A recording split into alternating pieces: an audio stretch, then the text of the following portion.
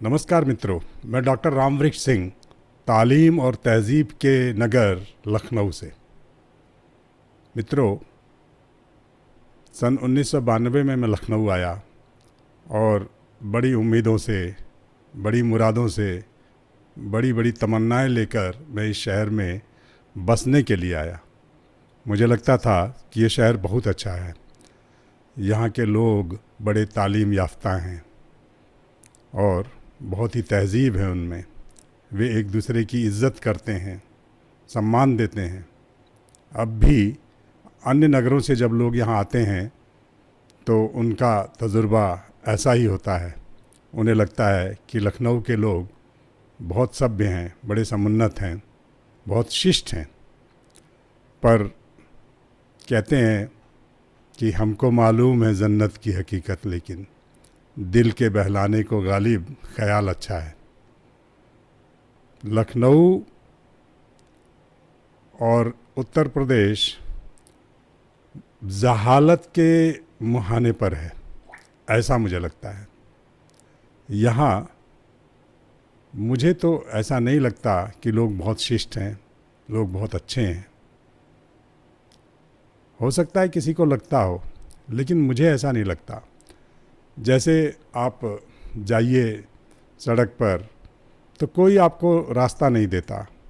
मैं बेंगलोर गया था एक बार, सवेरे टहलने निकला तो देखा एक महिला जो शायद कोई नौकरानी थी, घर में काम करने वाली, सड़क पार कर रही थी। एक कार वाले सज्जन रुक गए उसके लिए। उन्होंने तब तक उसका इंतज़ार किया जब तक वो सड़क नहीं पार कर गई। जब वो महिला सड़क पार कर गई तब इन सज्जन ने अपनी कार आगे बढ़ाई। लखनऊ में तो मुझे ऐसा दिखता नहीं है। यहाँ हर कोई जैसे दूसरे को रौंद देना चाहता है। ये तो लखनऊ के बारे में प्रसिद्ध नहीं था। हम शिष्टाचार भी नहीं जानते। किसी को लात लग जाए हमारी तो हम सॉरी तक नहीं बोलते, हम धन्यवाद देना भूल गए। ये क्या हो गया इस शहर को? यहाँ पर किराए पर आप अपना मकान दीजिए तो भाड़ा मांगना पड़ता है। कई दिन बीत जाते हैं, लोग भाड़ा नहीं देना चाहते। ऐसे लगता है जैसे हड़पने के लिए बैठे हैं वो वहाँ पर। ऐसे ही दुकानों का है, लोग दबाना चाहते हैं। लोगों को लगता है कि ये दबा ली जाए दुकान। अभी कुछ दिन पहले अखबार में मैंने देखा 8 रुपया भाड़ा देते हैं लोग, 11 रुपया भाड़ा देते हैं लोग। 80-80 साल से वो भाड़ा चला आ रहा है।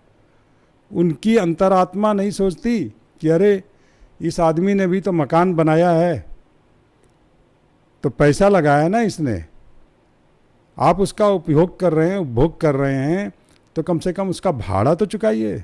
आप भाड़ा भी नहीं देना चाहते। आपके साथ ऐसा कोई करे तो क्या होगा? आप भी ऐसे ही ठगे जाएं तो क्या होगा? ये तो डकैत वाली मानसिकता हो गई। तो क्या लखनऊ में डाकू बसते हैं? हो सकता है कुछ लोगों को मेरी ये बातें बुरी लगें। आप अगर इतने संवेदना शून्य हैं तो आप ये भूल सकते हैं कि लोगों का ये व्यवहार कैसा हो गया। लेकिन अगर आप संवेदनशील हैं, आपकी मानवता जिंदा है, तो आप सोचेंगे कि यार ये हो क्या रहा है, ऐसा तो नहीं होना चाहिए था।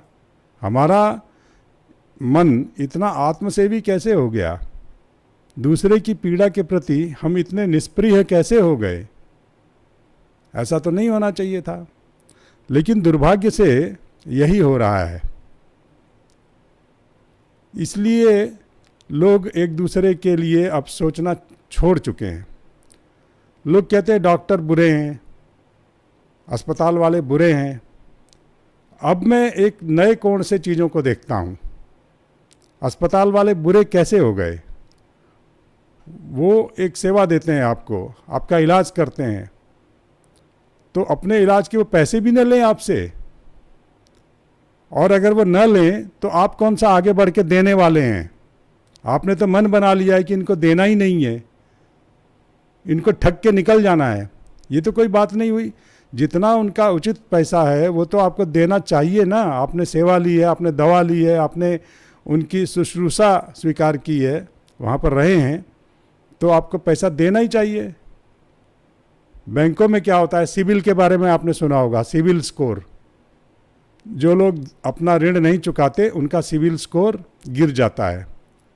तो जिसका सिबिल स्कोर कम होता है उसे यदि ऋण देने की आवश्यकता पड़ जाए बैंक को, तो बैंक क्या करेगा, ज़्यादा दर उस पर प्रभावित करेगा।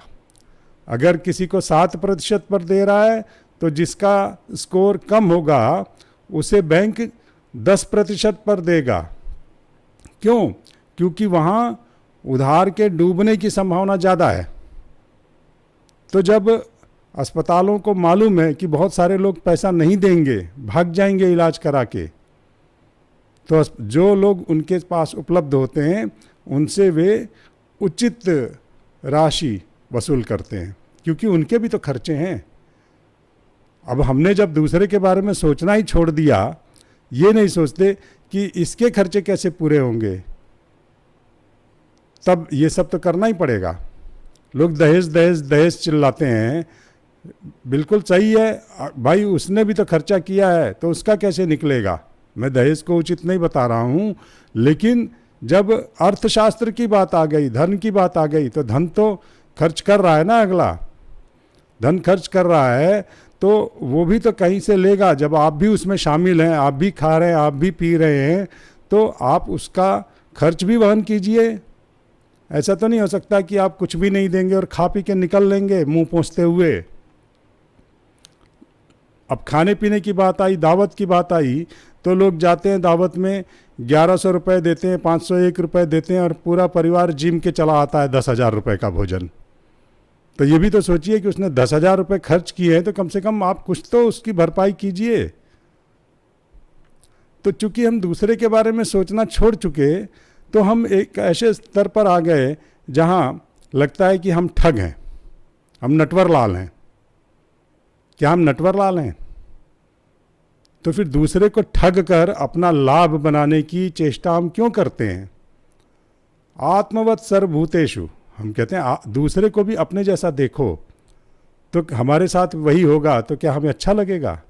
हमारे मकान में आकर कोई काबिज हो जाएगा, पैसे ही नहीं देगा, हमारी छाती पर मूंग डलेगा, तो क्या हमें अच्छा लगेगा?